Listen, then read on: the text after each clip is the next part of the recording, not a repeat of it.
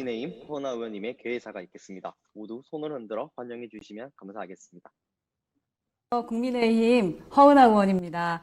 오늘 청년정책 간담회 온택트 연결고리를 함께해 주신 청년과 미래 대학생 국회의원 여러분과 또 온라인으로 함께해 주시는 여러분께 진심으로 감사드립니다. 청년들이 대한민국의 문제와 미래에 대해 고민해 주시는 것이 고맙고 또 그 고민을 들고 이렇게 온라인이지만 국회로 찾아와 주신 여러분 정말 고맙습니다. 아울러 오늘 축사로 함께해 주시는 주호영 국민의힘 원내대표님과 또 귀한 접속을 해주신 안철수 국민의당 대표님 정말 감사합니다. 사실 한자리에 모시기 어려운 두 분입니다. 근데 저 허은하 때문이 아니라 여기 대한민국의 미래를 고민하는 청년들을 위해서 자리해 주신 점 잘 알고 있습니다. 그 소중한 마음과 노력이 청년과 국민 그리고 대한민국의 미래를 위한 힘이 될 것입니다. 코로나로 인해 대한민국이 많이 힘듭니다. 하지만 이 질병적 힘듦보다 우리를 더 힘들게 하는 것들이 있습니다. 바로 영혼의 힘듦입니다. 공정과 정의, 자유와 법치, 시장과 노력의 가치는 우리 사회의 영혼을 풍요롭게 하는 중요한 가치들이었습니다. 하지만 조국의 딸, 추미애의 아들을 비롯한 집권층의 위선은 우리 사회의 영혼을 파괴하고 있습니다. 오늘 청년들이 들고 온 주제들이 바로 그렇습니다. 공공의대, 부동산, 그리고 재난지원금 문제. 이 문제들의 본질은 과연 공정과 정의, 자유와 법치, 그리고 시장과 노력의 가치를 상실한 시대에 대한 청년들의 좌절이었습니다. 이 고민들을 보면서 어떻게 답해야 하나 사실 고민했습니다. 하지만 어떠한 해답도 명쾌하게 해줄 수가 없었습니다. 그러다가 생각을 했습니다. 이 문제들은 우리 국회의원들만으로는 해결할 수 없는 문제들이다. 이 문제들은 미래의 문제이면서 또 미래의 문제는 미래의 주인공인 바로 청년 여러분과 함께 해결해야 할 과제들입니다. 오늘이 그 시작이 되었으면 합니다. 청년의 목소리가 국회의 정책으로 그리고 정치의 이유가 청년을 위함으로 오늘의 간담회를 통해서 제가 한번 시작해보고 싶습니다. 다시 한번 함께해 주신 모든 분께 감사 인사드리고요. 대학생 국회의원 여러분의 발제문을 보고 사전 영상을 보내주신 우리 국민의힘 송석준, 윤창현, 윤희숙 의원님께도 깊은 감사를 드립니다. 여러분과 함께 대한민국을 바라보고 미래를 새로 쓰겠습니다. 오늘 감사합니다.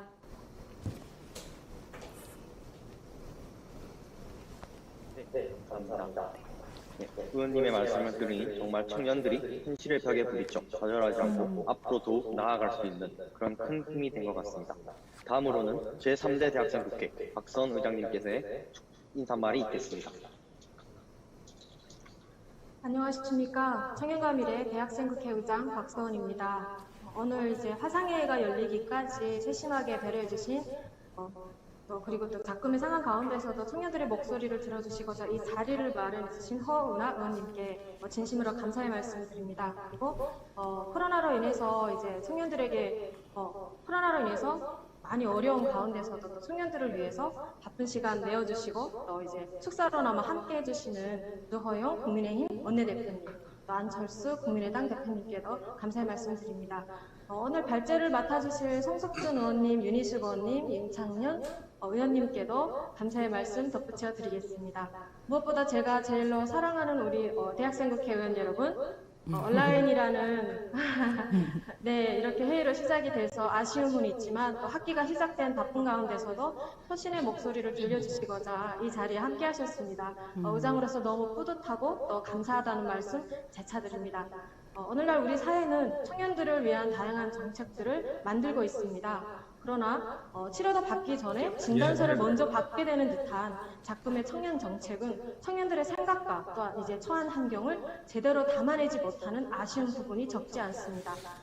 대학생 국회가 모든 청년들을 대신할 수는 없지만 이러한 정부 정책들이 실제로 청년들에게 필요성 있게 이제 쓰일 수 있도록 하기 위해서 그 외에도 이슈화되고 있는 현 정책들을 논하고자 이 자리가 이제 마련되었다고 저는 생각을 합니다. 그래서 저희가 이제 주인의식을 가지고 청량한 청년들의 목소리를 울림의 소리를 낼 수 있는 자리가 되길 바라고 아울러 노력해주신 모든 분들께서도 준비하신 만큼 유종의 미를 거두는 그런 시간이 되길 진심으로 바라겠습니다. 감사합니다. 네, 이강님 인사말 감사드립니다. 다음으로는 오늘 간담회를 더욱 빛내주실 주호영 국민의힘 원내대표님의 축사가 있겠습니다. 정말 해주십니다. 예, 이제 제 이야기 나옵니까? 네. 잘 예, 들립니다. 반갑습니다. 국민의힘 원내대표 주호영 의원입니다. 오늘 토론회를 주관해 주시는 허나이님 수고 많으시고, 특히 우리 국민의당의 안철수 대표님도 축사를 하기 위해서 와주시니까 더욱 감사합니다. 저는 청년들이 적극적으로 정치에 참여해야 되는 이유를 제 나름대로 4가지 정도로 보고 있습니다. 첫째는 현재의 청년 정책들이 청년의 입장에서 수립되지 않고 주로 기성 정치인들 입장에서 수립되니까 제대로 되지도 않고 또 청년들의 이익을 지켜주지 못하는 점이 있습니다. 그 다음에 두 번째로 청년들이 향후에 살아갈 3, 40년 혹은 5, 60년 이후의 정책들을 지금 정치인들이 결정함으로써 미래 세대에게 지극히 불리한 정책이 나오는데도 목소리를 반영하지 못하는 그런 문제점이 있습니다. 그 다음에 세 번째는 제대로 된 정치인으로 성장하기 위해서는 젊었을 때부터 정치에 참여해서 경륜을 쌓고 경험을 쌓아야 하는데 그런 기회가 많이 없다는 점이 또 문제가 되고 있습니다.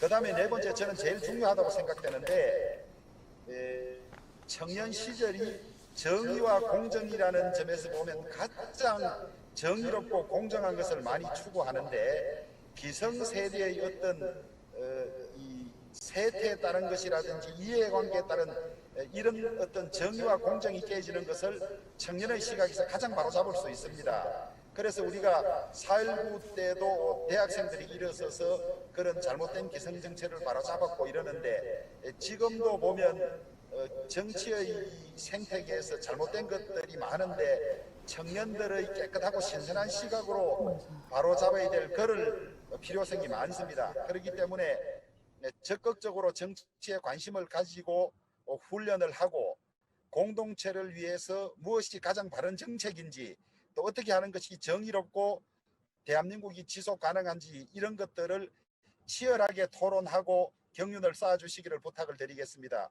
오늘 좋은 의견 많이 내주시면 저희 당의 정책위와도 상의해서 여러분들 의견 중에서 좋은 의견들은 꼭 반영하도록 하겠습니다. 그리고 오늘 이후에도 우리 허 의원님을 통해서 여러분들과 지속적으로 커넥션을 갖고 여러분들의 의견을 경청하고 여러분들의 성장에 저희들이 도움을 드릴 일이 있으면 최선을 다해서 돕겠다는 말씀을 드립니다. 좋은 시간 되십시오. 약속해 주셨습니다. 네, 청년들이 나아가야 할 길과 청년 정책이 실질적으로 도움이 될 수 있도록 큰 응원의 한 메시지를 던져주신 주호영 국민의힘 원내대표님께 다시 한번 진심으로 감사드립니다. 다음으로는 청년들을 응원하기 위해 귀한 시간을 내셔서 와주신 안철수 국민의당 대표님의 축사가 있겠습니다. 네, 안녕하세요.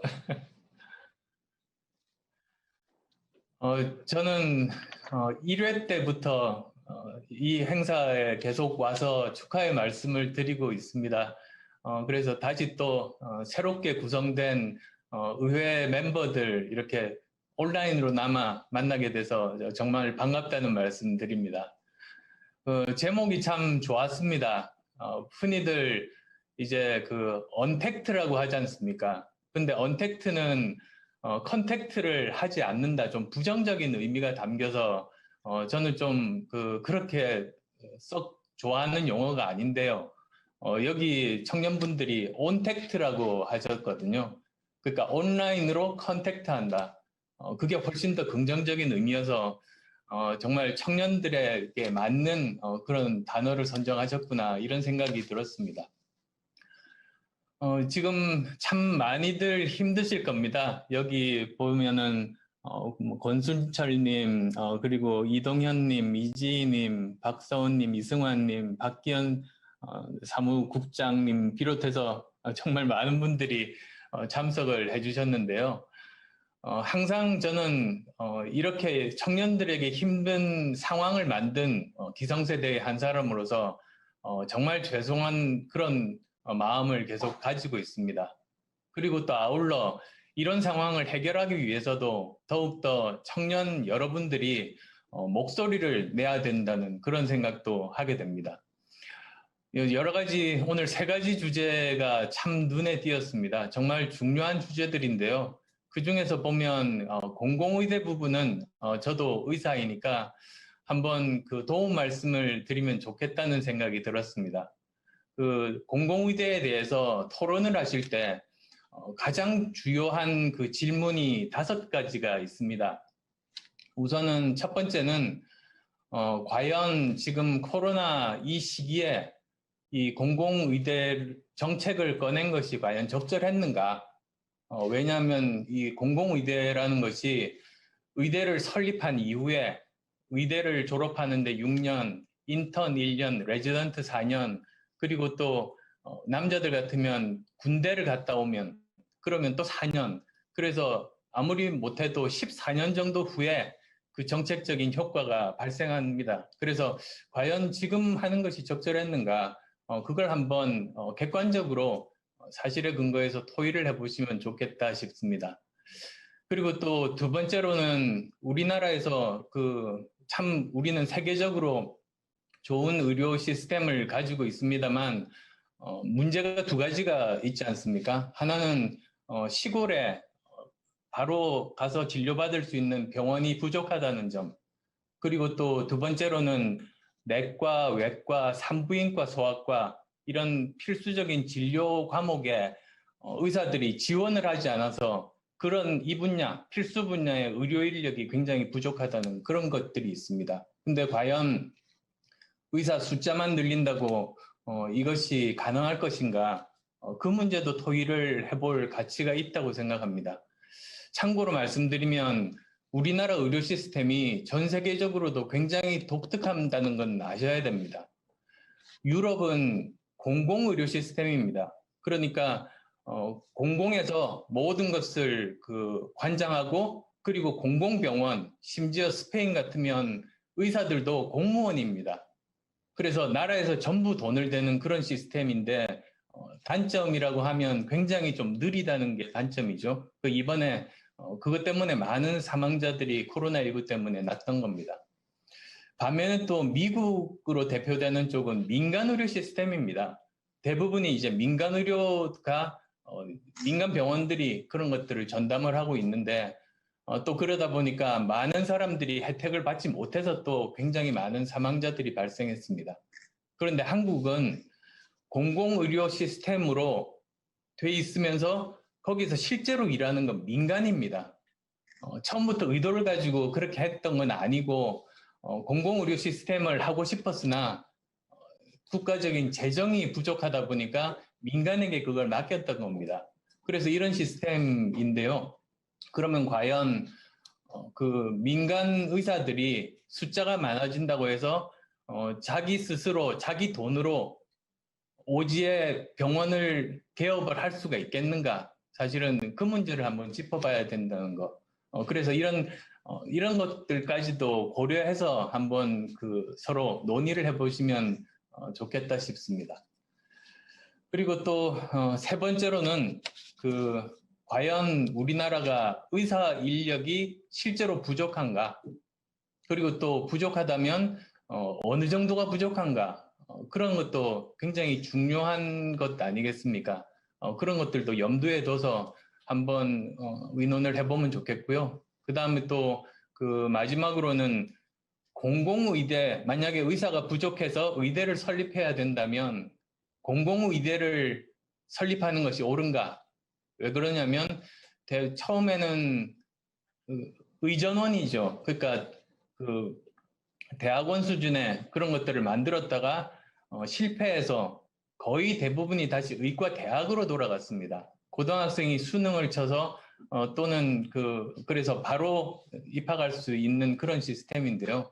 지금 의전원은 오히려 몇 개 남지 않았는데 과연 공공의대를 새로 설립할 때 의과 대학을 설립하는 것이 옳은지 의전원을 설립하는 것이 옳은지 이것들도 관심을 가지고 한번 토론을 해보면 좋은 주제일 겁니다. 또 만약에 의전원을 설립하더라도 일부에서 이렇게 사실은 보건복지부가 그 뉴스의 그 소스이긴 하지만 과연 뭐 시도지사가 추천하고 그리고 시민단체가 심사를 하는 그런 식으로 입학을 하게 되는 것이 맞는 것인지 아마 이런 부분들 굉장히 좋은 주제입니다. 여러분들이 서로 편견 없이 사실만 가지고 객관적으로 우리나라의 가장 좋은 그런 시스템이 무엇인지를 한 번씩 생각해 보시면 정말 많은 도움이 될 거라고 생각합니다. 이런 참 좋은 주제를 가지고 여기 있는 여러분들 그리고 또 온라인으로 시청하는 분들이 함께 여러 가지 좋은 대안들을 만들어 나간다니 정말 저도 굉장히 기대가 많이 됩니다. 비록 코로나19 때문에 이렇게 직접 만나지 못하는 게 참 아쉬운데요. 다음에는 정말 반갑게 직접 만나서 이런 이야기들을 나눠보는 그런 시간이 되기를 진심으로 바랍니다. 고맙습니다. 감사합니다.